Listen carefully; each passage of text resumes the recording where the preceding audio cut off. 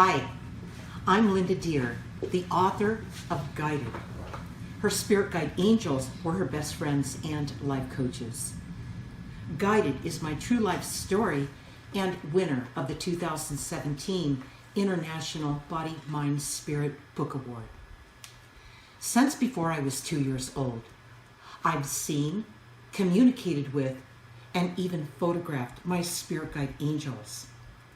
In Guided, I use my own life as a template to teach you what I learned from these loving, intelligent spirits. Most importantly, I show you how to make the connection to your own spirit guides and angels so you can live a guided life, a life free of fear and doubt, the life you intended to live before you got here. Rebellion, reacting to living in one world. I will take you back to the time in your young life when you became rebellious. We never told you what to do or not to do. You learned by exploring what we showed you. When you pushed us away, you instantly felt a void. Ever since then, you have been searching for that unconditional love, acceptance, and joy that you effortlessly experienced with us. So let's get started. It wasn't so long ago that you made the decision to push us away.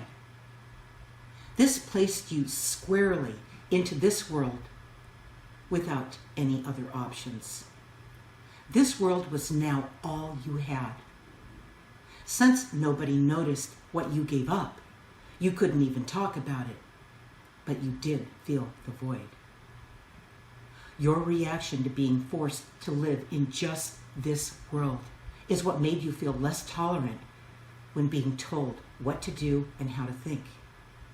You realized that no one really cared about what you thought or wondered about.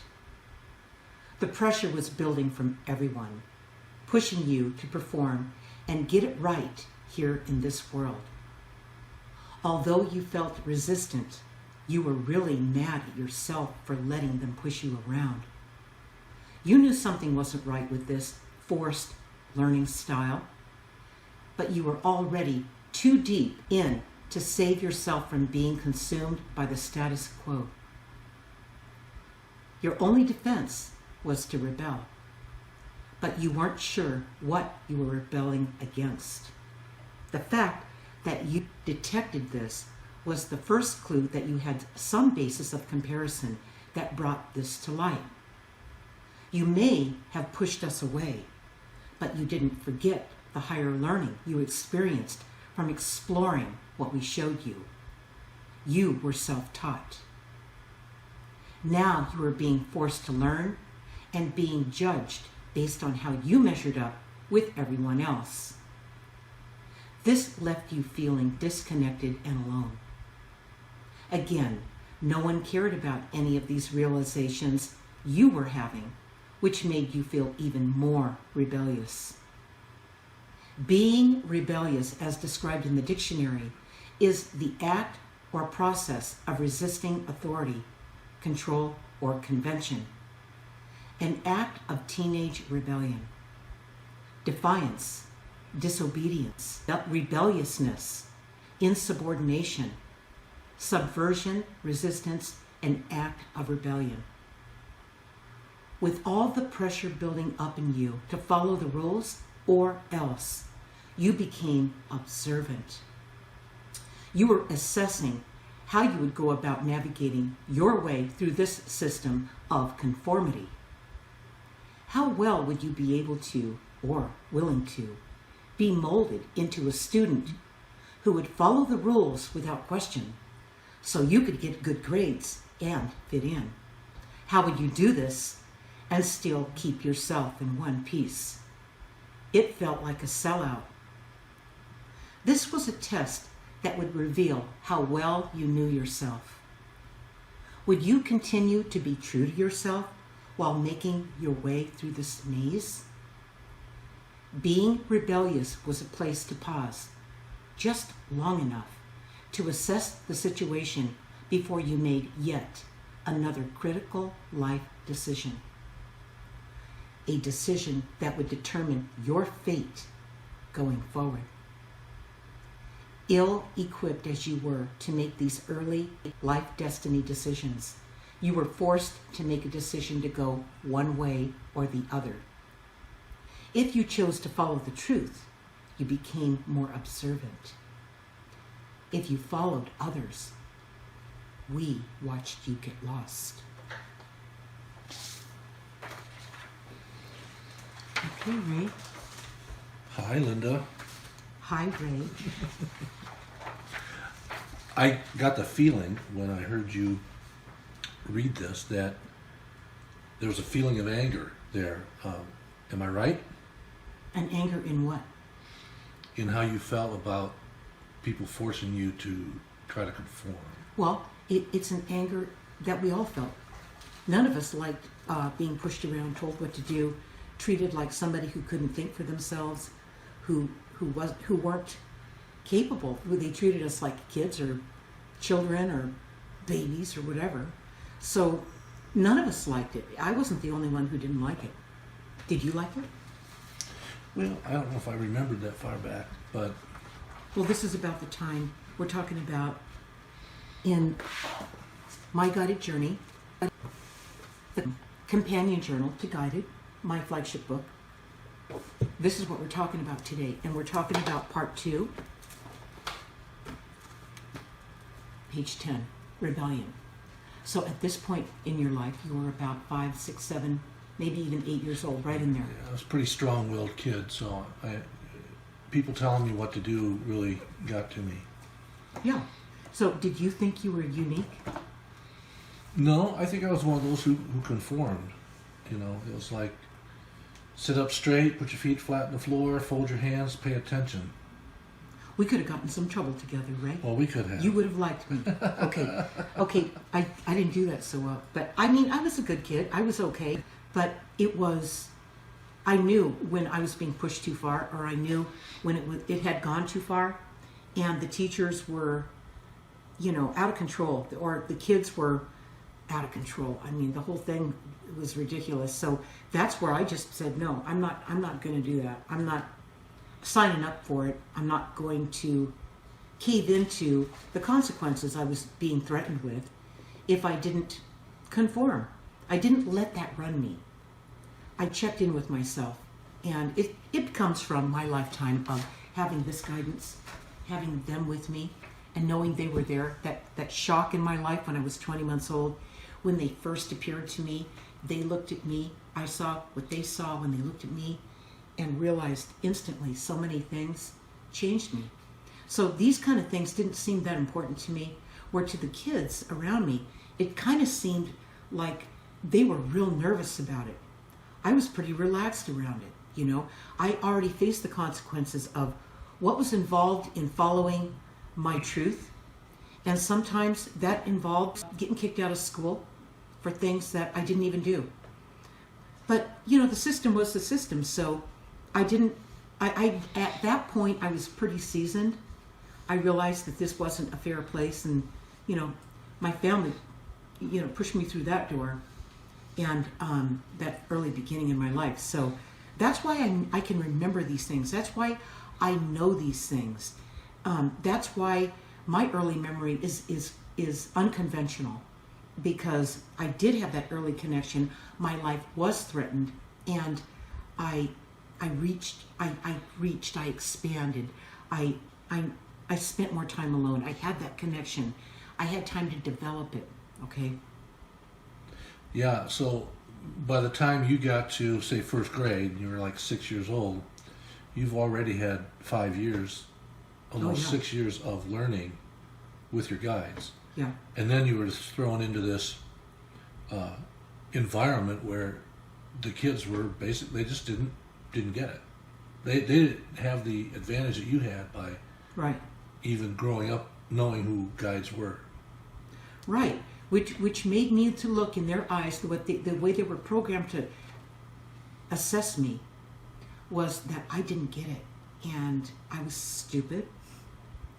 And I was a bad kid because, you see, when you get thrown out of school, when you get kicked out because you didn't conform or you didn't, it wasn't that I did anything bad, but I was put on the bad list because I didn't just freeze up and hold my hands tight and do whatever they told me. And I was so concerned about following the rules. I wasn't at all consumed with that. So I was aware of what was going on. I was really aware of it. While I was keeping this together, the world I came from, I was looking this over, and I was more objective in this world. I was like looking at it like this. So when something did happen, like I got punished, or I got laughed at, or the kids called me stupid, or they called me stupid, bad. They called me a bad kid because I didn't conform all the time, and they called me ugly. So to them, I was all those things. And when they made me into that, God forbid, should they become like me. Oh my God. It was a fate worse than anything they could imagine. The last thing they wanted to be like was like me. They didn't want to be embarrassed like that. They didn't want to be thought of as stupid, bad, and ugly. Okay? So in their eyes, I was really all those things. You were quite an odd child. That's what the whole system was designed to make me look like, okay? Whether I was that way or not. I knew I wasn't that way. I knew that that was so off track, that this system was really messed up. When I allowed myself to be myself, and that's who I was quiet about it. I kept my guidance to myself. I didn't brag about anything like that. I never talked about them, all right? I just kept it to myself, so I really did look like I was defiant, when really what I was doing is protecting my best kept secret. I knew what was going on. I knew I had it all together. But even I didn't realize that at the time. I just didn't know how else to be. I was being me, disguised as somebody that they labeled as ugly, bad, and stupid. What was the teacher's perspective on you? Same thing. Really? In fact, they're the ones that launched it. What did you do to make them think like that? You just didn't do things you were supposed to? Right. I wouldn't, they'd say, sit down, the teachers in the 50s, right? Sit down, put your feet flat on the floor. Yep. Sit up straight. Sit up straight and fold your hands. And I just thought to myself, I couldn't even breathe when they told me to do that. I was like, really? You want me to just like completely freeze up? What's the point in that? I had a problem with that, all right? So that was the start. Well, when the kids made fun of you too, yeah. And then the teacher would tell you, okay, Linda, come up to the front of the class and read. You wouldn't do it. No, I wouldn't do it. Because I knew that the kids already had labeled me all these things. And I thought, I'm not going to set myself up for anything. It wouldn't matter how well I did it, or it wouldn't matter at all. They'd find something. Somebody would, do something to mess with me, just to prove how right they were about me. So I would never even put myself in that spot. Now, that's the whole point to this, you guys. As an adult, as a child, as an adult, as I lived out my life, I never put myself in the position to be a target for somebody.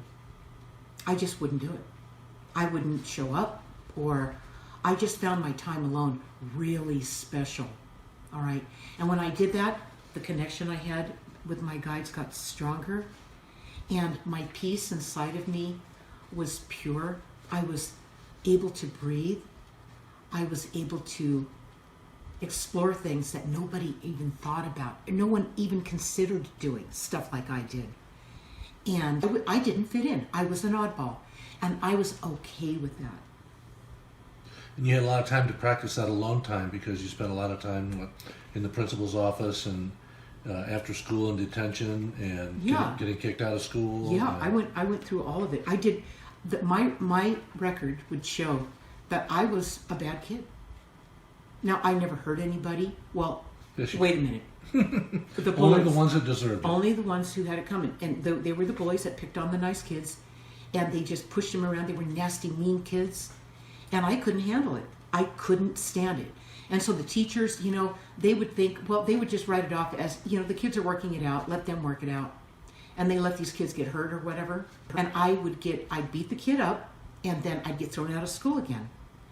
It was a revolving door of nonconformity, rebellion, and defying the status quo. Authority figures. Authority figures. I saw the teachers. They weren't regulated like they are now. One teacher took her fingers and stuck them into a kid's fingernails and stuck them into his kid's arm and ripped the kid over, and his arm was bleeding. And I'm just going, that's not okay. And the rest of the kids were terrified of the teacher. And at that point, I was like, really like this. I was ready to go at it with the teacher. I'm in, the first grade when that happened. Really?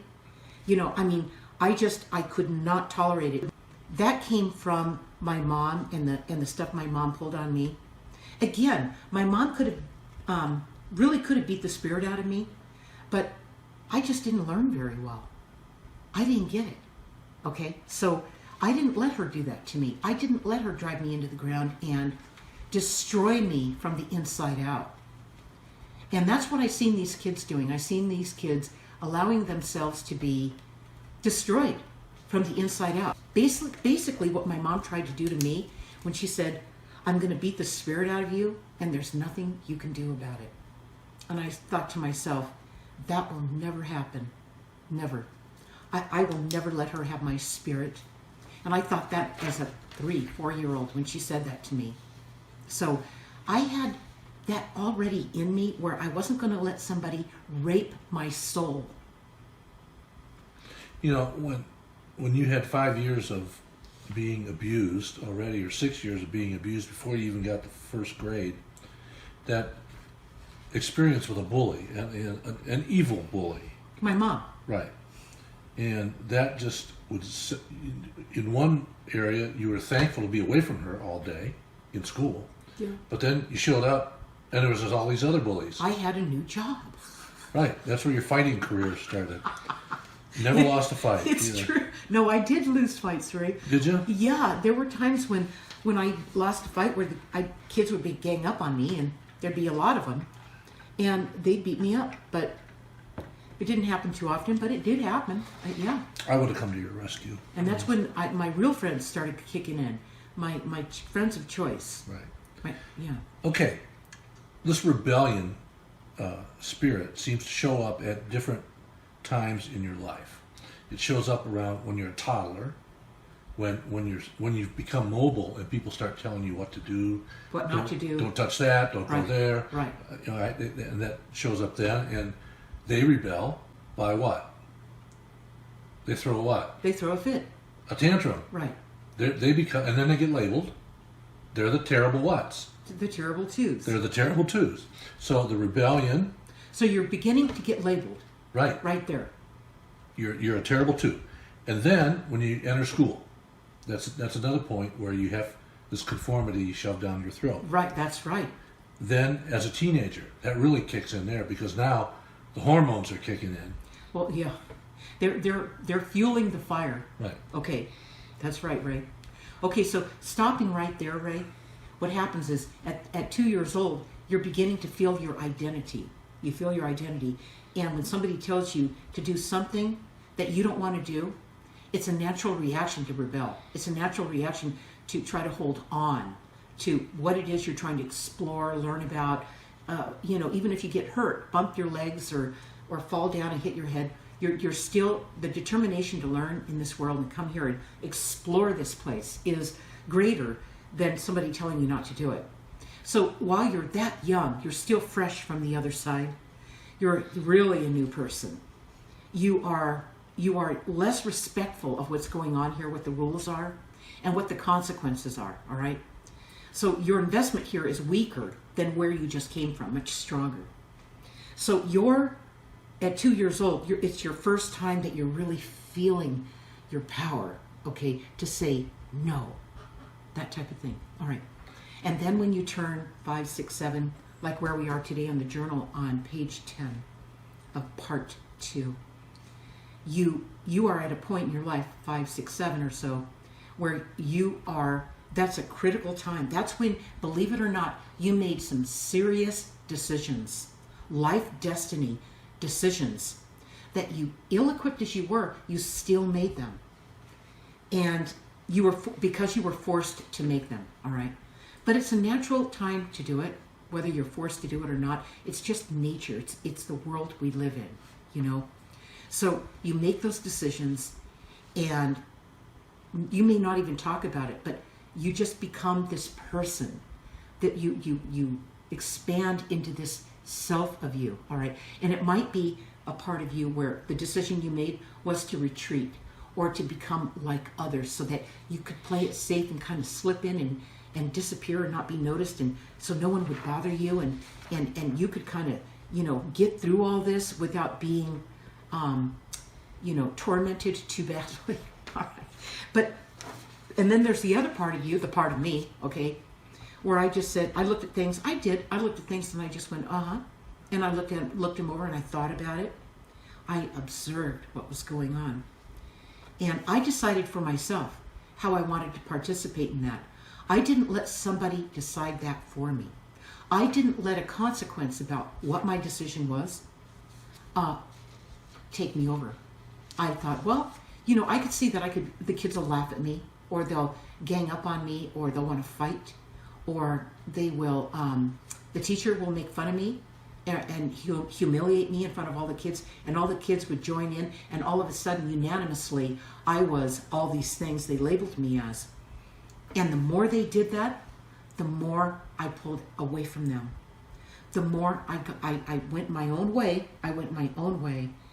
And I didn't rely on that. I didn't need that. All right?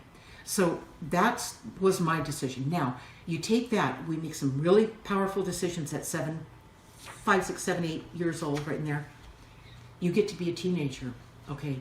And it takes this rebellion. Now this rebellion has a third life. It is now developed. Okay, the 2-year-old, the 5, 6, 7-year-old going, you know, or complying, you know, turns into the teenager. And that's when the hormones, backing all this up, the hormones that kick in really make you step into your power or not. All right, this is where some kids just melt down. They just go into this deep depression where they were the ones 5, 6, 7 years old that went along with the crowd and didn't take the chances, the risks. They didn't learn to know who they were. They didn't, you know, explore themselves at the risk of being humiliated by everybody else. So they wind up to be teenagers, and they're introverts. They cry all the time. They don't know what to do. They need someone to tell them what to do. They need someone to tell them how to think. They need somebody there, all right? Where the other kids, there's some kids that actually pull through this, and they become mad. They become defiant. They wind up doing all kinds of things to their bodies. Or drugs, or alcohol. Right. They do things just to make society mad at them, just to push back, all right? And it's a natural response. Now, what happens next is you turn 18, 19, and it's time for you to go out on your own, all right? And pave your own path. Okay, so the one who is not sure of themselves, the one who played it safe, the one who got depressed, the one who stayed an introvert in their teenage years, they're the ones that follow the rules. Okay, you're going to go to college, you're going to do this, you're going to do that. Okay. And they do. And then they get the job they're supposed to get. They live the life they're supposed to live. They do everything they're supposed to do.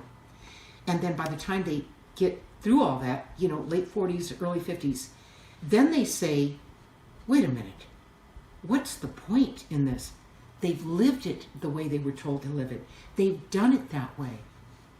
And now they're going back to the truth center, the truth, okay? What they left on the table, what they came in with, that they know there's a void in there, it's missing.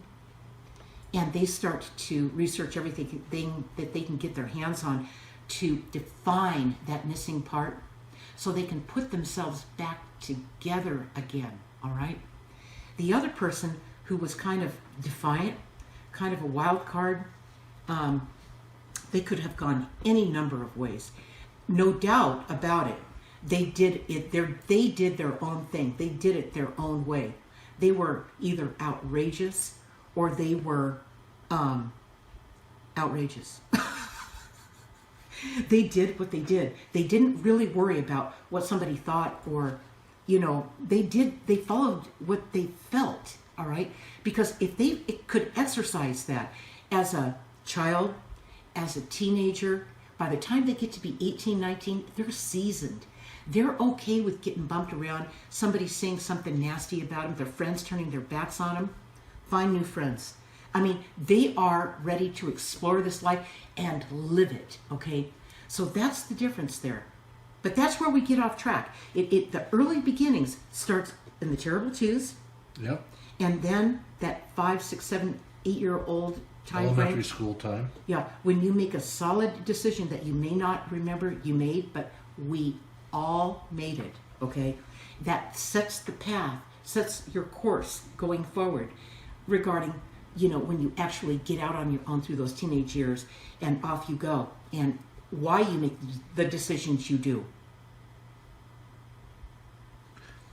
So we've talked about some of the consequences of becoming rebellious. Why do you think the rebels are in the minority? Because of the consequences, the fear tactics, everything that you're threatened with, that society threatens you with. And it gets worse as you get older if you can't handle it when you're young, all right? So if you're worried about what the kids are going to think about you in class, and so you really work hard to comply, to go along with what the status quo is, and that's all you can think about is fitting in, then it looks like it's easy. It looks like there's a pretty good payoff when you first do that as a kid, but as you get older you realize that, wow, that was an expensive decision that you made, and you missed a lot of your life because you let that guide you. You wound up in a marriage or a relationship of some kind where that became something that you were a setup for doing it a certain way and looking a certain way and having to have things a certain way and having certain kids and sending them to certain schools and doing everything so you looked good and all this. And then, at some point that just gets old. It just wears out, and even you can't even keep it up anymore financially. And then, at some point, the truth, the light shines on where you missed it. It shines on where you're not being real with yourself and not letting yourself have the life that you came here to live, the one that's daring, that has risk in it, that lets you explore so you learn who you are and become more of that, okay? That's not a safe person. A person who does that isn't living a safe, okay life. They're living a life where they're true to themselves. Well, when you get to that age, you have kids, you become the new evangelist of conformity because you conformed all the way up there, and now you are going back and forcing that conformity on your toddlers. Yeah. And it's because you forgot. You forgot as an adult. You forgot what it was like when you came in here. Or, as science tells us, most people can't remember anything before 3 or 4 years old. So they don't have anything to compare it to. They just are doing what their parents did to them. Yeah. How's that been working for us? Not very well. You have an amazing memory because it was torment that made you. What happens? No. What happens? Here's what happens. When you have this relationship with your guides, your angels and all, when you have this relationship, this connection that you came from the other side before you got here, When you keep that connection alive, you automatically have a better memory. All this works for you. It's easier. I was talking to a guy that was, like 15 years older than me, and he told me that he had this relationship with this guy even before he was born. He told me a story about how that happened in his life, and he said he understands this memory thing that I have. He read Guided, and he even wrote a review on Amazon saying this book is absolutely true. In fact, there's a lot Linda didn't tell you in the book, because he said the memory that you get when you have this connection to your guides, your memory is enhanced, your IQ is enhanced. You learn on a higher level. You are more awake. You can handle things better.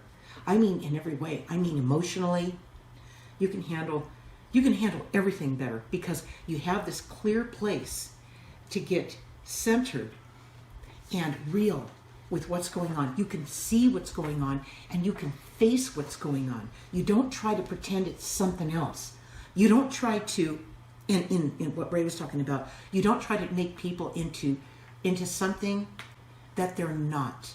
You honor who they are, and you take time, like with your kids, with your husband, your wife, whoever, to understand who they are. Not change them, but understand them. And that's what your guides do. They don't ever change you. They just are with you. So you've got something solid. So as you walk through this, you can get the answers you need. You can get not the answers you always want. I got to tell you, you won't always get the answers you want, because if it's not the truth, then it's not going to come through. It is what it is. You've got to be able to handle what is. So that's something that goes along with the territory when you have this relationship with your guides, when you wake up and you're functioning fully, and now you're working. Now it's always there, and it's always coming through, and you're never without answers. As soon as you think up a question, or you wonder what to do, and you breathe and you just release it, and you know that you're not alone, all right? You know it. The answer will come through. They're right there. They're with you all the time. Okay, so you're in your 40s, you're in your 50s, and you feel that void, that hole in your soul, as you like to say it, that's making them think there must be something more than this. Okay? Yet, most people can't remember anything before the age of 3 or 4. So, my take is that unless they do remember some kind of comparison in their subconscious, they wouldn't even feel the void. Right. So they didn't forget, right? That's the point. They just don't remember. They didn't forget, because it's ingrained into their soul imprint. So what Ray's saying here is that the fact that you have this void, this feeling, this knowing that something is missing, lets you know that you didn't forget. You didn't forget. You just forgot what you didn't forget. All right. So, but the urge is there. See, you know that something is missing, and the truth center validates it. That's the urge, the gnawing. That's the relentless desire to figure out what's missing. Why don't what's missing in my life? What's wrong? Okay? And it feels like something is wrong. And some people, it hurts them more than others. Or say family members start to ask you, what's wrong with you? What is wrong with you? If you're not noticing it and you're hearing other people say that to you, something's wrong. All right? And something's wrong because something is missing. And that's the part where, see, if you go out and you read a bunch of books, you definitely want to read this one, all right? That's a good one. This doesn't tell you how to live your life. It tells you how I did it, so you can begin to reconnect. That's what this does. This is my flagship book, Guided. This book is the companion journal to guided that helps you take the steps to restore your life. All right? That's what this does. This book can change your life. This book restores your life. Restores your life. And this one's free on right. my website. It's a free download on my website, right on the homepage, lindadeir.com. Talk some more about these people when they get in. It happens somewhere like in their early 50s. Could be sooner, could be a little later, depending on how long they work. They conformed as a toddler, elementary school, high school, college, job. There's a whole nother level of conformity. You know, you sit in this little cubicle and you do this and you don't do that, and you do it for 8 hours a day or 10 hours a day, and then you do that for 30 years, and then you retire. Okay? Now what happened was you no longer have the obligation of the conformity, the pressure of the conformity, and you start thinking about, why am I really here? I remember when I was a child, I really wanted to be an artist. I could really draw well. And they take up art again, and they become a great artist. They always were a great artist. I mean, you brought all those talents and gifts with you when you came here, right? As a new person? Right. The urge. The urge. I mean, the talent, the gifts. It comes from the urge, right? Right. This is so important to remember. When you have that, you feel that urge, okay? That part that seems to be missing, that's the urge. It's your soul reminding you what you came here to do. And it will not let up. It's relentless. It will not stop. It's not meant to punish you. It's not meant to make you feel bad. It's meant to get your attention so you get around to living the life you intended before you got here.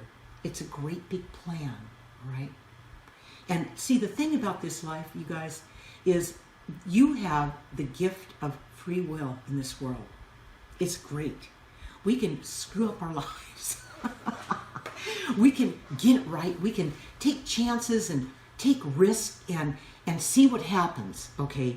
We manifest everything in our life. We try everything. But some of us live in fear. Some of us are so fear-driven because that is one impulse that was driven into us as little kids and in school and all this. If you don't do this, this will happen. If you don't do that, that won't happen. You'll never get this if you don't do that. And all this. And especially now, everything is a strategy. Everything is overthought and calculated. And you got to start getting this, certain grade average while you're in third grade. Or you're in preschool. Yeah, or you won't even get this and you won't get that. I mean, the pressure is ridiculous. And you look at what's going on. These kids conform, they comply, they go by the rules, they get all these great grades, they go through all the steps, all the levels of education, and guess what happens? They can't even get a job. Really? After all that, they can't even get a job? How does that make anyone feel? So if you overinvest in just one way of doing things because you were told to do that, that is all. Shut yourself off. The rest of you is just getting in the way. Push it away. It doesn't matter. Follow what we tell you to do and do it every single day, and don't lift your head, and that's all you do. You came in. This is just living this world over here. That's what that is. A whole bunch of this, right? But it'll never work as long as you left the other part of you behind. If you're walking around, it's like walking through life dragging one leg. Only half of you is here. How could anybody function in that? So that's the world we find ourselves in. By the way, those kind of jobs that you've been set up for, that conformity that you've been, don't lift your head and just don't think for yourself and do this, that's going to be the robots' jobs. They're going to have those jobs, okay? And they won't need you. So bring yourself back. The robots can never compete with the real you, all right? And fit yourself in, even if it does cause some havoc. Caused havoc in my life, you guys. And I had to figure it out, and I did figure it out. I was fine, more than fine in the end. thank God I didn't just let myself get crushed in all that. That's something to talk about. I mean, you refused to conform I did. from the time you were a toddler. I mean, I wasn't a jerk though. See, I wasn't nasty and mean and a jerk. I was quiet. I was a quiet kid. And I studied things. I really observed what was going on around me. So when I made a decision, with the best I had, with everything, because I was operating like this, all right, from both worlds. My wisdom with what I was being, taught in this world and how to function here, I was working with both of them. So I made a pretty, calculated decision.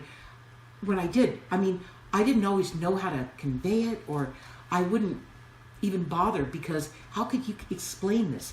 How could you explain what I knew from where I came from when everyone else forgot? How could I do that? This is why, you guys, first of all, it's why I wrote my book, Guided, to show you how I got through it. And yeah, there were consequences. It wasn't all smooth sailing. There was a price to pay. There's a price to pay, whatever you choose, right? And then how you do this for yourself. How you begin to make sense of your life by restoring it, okay? By getting yourself back and having your whole self functioning so you can totally be present and do what your soul's urge is, why you came here. That's why I'm doing this. And get to it as quickly as possible. Yeah, it's time. You came in here. You're not supposed to suffer. No. And if you're suffering, if you are feeling suffering, it just means that you postponed yourself maybe longer than you should have, all right? And now you're ready to restore yourself. And is it possible? Oh my God, you're 50. Oh my God, you're 60. You're 70. Yeah, you know what? It doesn't take that long. It's not that hard. When you have the stuff to work with, the things that I've written here, the way to work through it, it is not hard, you guys. It's not as hard as you think. And the reason it's not hard is because it's sitting right there ready for you to claim it, to restore your life, okay? It's sitting right there. It hasn't died. It hasn't gone anywhere. How can your soul die? It doesn't. It remembers. It never gave up on you. They never forgot you. They've always been with you. Once you open this up, it opens up. All right? Okay. This is less of a question, more of an observation. Since you arrive here to be self-taught, to teach yourself, your guides, self-realized. Right. So you're going to be self-taught. Your guides are going to give you experiences, events, push you this way, push you that way. So your curiosity, follow your curiosity. So you're teaching yourself all the time. That's guidance. And then these serial manipulators, that's all I can call them, these people who force... attempt to make you comply, keep eating away at your ability to self-realize. Right. They try. Okay. Right. So in your case, when you went through the toddler stage, you were a little defiant when you were a toddler. You ran away from home when you were 20 months old, right? Mm-hmm. But most kids don't do that.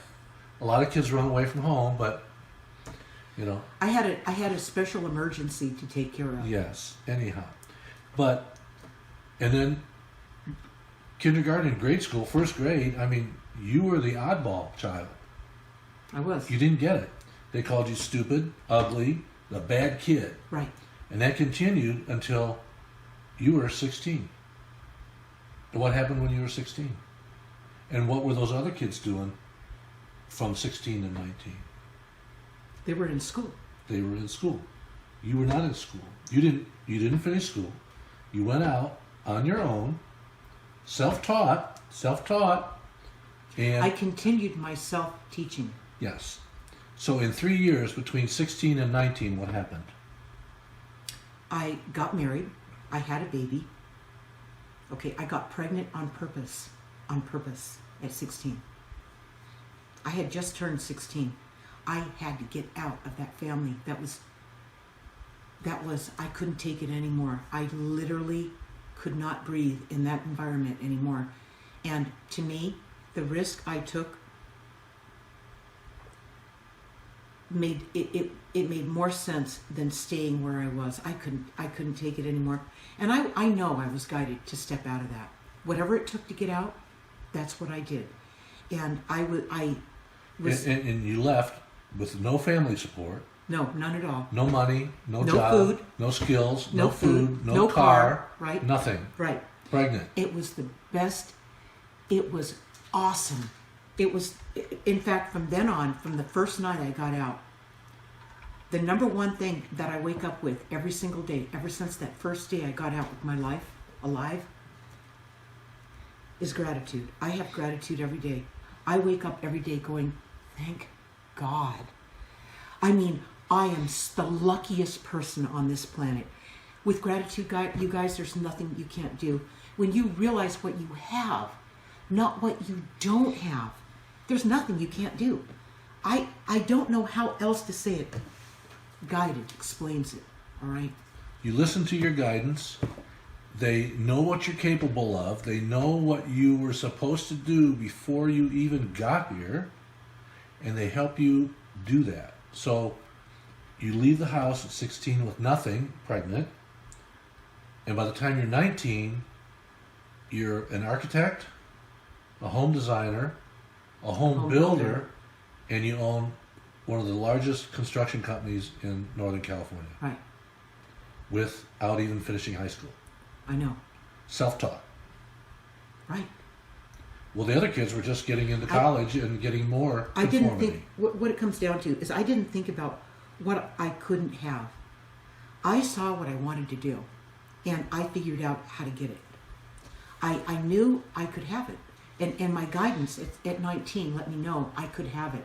They were right there, and it was time for me to step into that. And that's what I did.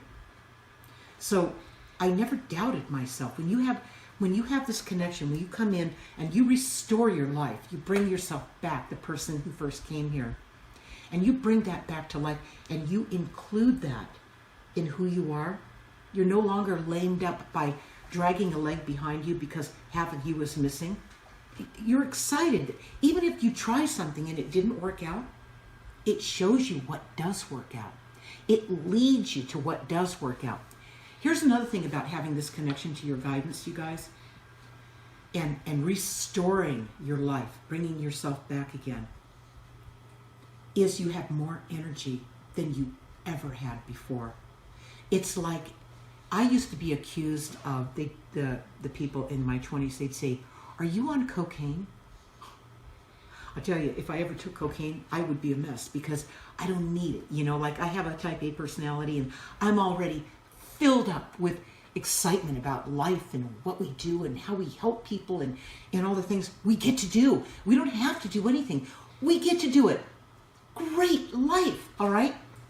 Everything about your life changes the way you perceive it. You don't have to do anything. Everything is what you get to do. It's based in gratitude, all right?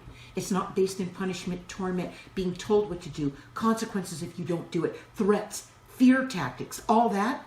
It's like you just sit back and laugh at it, all right? So let's say in your adult life, where are you right now? And what has this all led to? You know, you may be faced with some pretty serious life decisions right now because people are going through, you know, a lot of things in the world right now. It could be your job, the economy.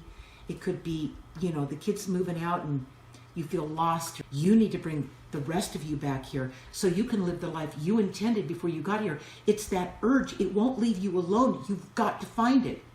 Whatever it is, we all have something that we're reaching for that feels like we need to do, okay? That's what you need to follow. Do not worry about what somebody else is going to think. In previous videos, we've talked about this, you may have to give your family members a heads up and say, you know, I have some things that bother me, and I am missing some things in myself. I am going to start doing some self-reflecting, some inner work, and I need some time for myself as I'm going through this. And I know for you guys, you probably heard me say this before, or you're not, you know, yeah, mom, or yeah, you know, the wife or the husband or whatever. Yeah. Just, they really don't want things to change, is the point I'm trying to make.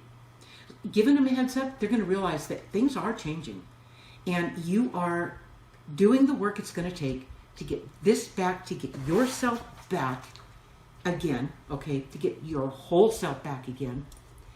And they just need to know that. They may not believe you, and most times they don't, they just go, yeah, uh-huh. And they don't really hear you. But as they see you walk through it, you're going to see who sticks with you and who doesn't. You guys, there's consequences, okay? Quit being afraid of this life. Quit letting what could happen or what somebody might think of you stop you out. You've got to follow through on why you came here, or you're going to leave with this gnawing urge inside you that's unfinished, and you're going to leave with that, and that's called regret. Okay, in the end, you want to be able to take this life and go, okay, whew, I lived it. Okay, I'm okay with this. I've done it. I did what I came here to do. I feel great, and I've left nothing on the table. That's why you came here. When you know that you've done that, you know it in the end. It's in that last moment just before you leave this planet. And continue on, by the way. It's not just, you came here and then you live this and then you go there. It's a continuation. It's a continuum. It's just a flow, all right? That's what it is. And the circle of living, of life, of your eternal self, all right? So that's all this is. Don't let any of it scare you, stop you out, and take your breath away. Breathe. In fact, that's one of the first things you're going to do. You're going to breathe so you can let, things are going to come up. You're going to write it into your journal. You're going to feel that rebellion hit you. You're going to write in there what it felt like and how you reacted to it. You're going to tell the truth. Because until you write it in, part 2, page 10, rebellion, about what really happened in your life, so you know the decisions and the life that you have now. You know how you came to this point. So you can restore the part that you left, on the table that you pushed away when you pushed them away. And you'll know how to bring it back. Nobody has your answers except for you. You can read books, you want to read this one, but if you read books, remember that no one has your answers. Only you have your answers, and that's how you find them. You find them, read guided, and then get this, and work through this with us, with our help that we do for free for you guys, because we want you to get it. And you won't believe how fast the suffering is going to stop. And you're going to see that there's consequences, but there would have been consequences had you just let your life kind of slide by and just kind of, tolerate what you have and keep your mouth shut and hold your breath and wind up living an unfulfilled life. That is an option. You can, so far, a lot of people have chosen that. But when you're ready to get off that ride and really live the life you intended to live when you came here, the people in your life have to fit that. And the people, that's one of the big things that stop people out, is it's the people in your life that keep you from embarking on this, all right? And really, if you step into it and let yourself do this, what you're going to become is an example for them, so they can ultimately step into that empowerment themselves. You want them empowered, don't you? Especially your kids. Okay, before we wrap it up here, one more commercial for the journal for the people who, this may be their first time. They may not have seen our other videos, but they're all on your site. Right, they're all on the lindadeir.com site. You go up to blogs, and then when you get to the page of blogs, on the category side on the right, you click on My Guided Journey, and that's where all of these videos are for part 2, page 1 through 18. There's going to be 19 videos in there, including the opening video that talks about how this journal works, right? And it's free, and it's for everybody who's fallen into this serial conformity trap. They could be either in their 40s, their 50s. They could be a teenager. It could be a teenager. Right. It doesn't matter. At any point, you know, it's always the sooner the better, right, you guys? But at any point in time, in fact, I really hope to reach the teenagers because, let's face it, if we could help them see this and help them step into this and put this together in themselves and empower them so they're a whole person that makes these decisions going forward. If you're only part of a person that makes these decisions, I mean, really, what kind of life is that? You can figure that out for yourself, you know? Next week, same place. Same place, same time or two. It's separation, all right? So it's the next step after rebellion. It's how you feel right after rebellion. And you made that life destiny decision, what you feel next. Bang. All right? All right. All right. So I have written a series of videos in support of the readers of my guided journey. The companion journal to my flagship book, Guided. Each week on Facebook Live, I talk about your journey back to the beginning when you first made contact with your spirit guides and angels. They haven't gone anywhere even when you ignored them or didn't realize they were there. In these Thursday Facebook Live videos with me, you learn how to journal your hidden knowledge, documenting your life journey, revealing who you really are and why you are here. When you follow this, you not only get your life back, but you will never doubt yourself again. Bye-bye.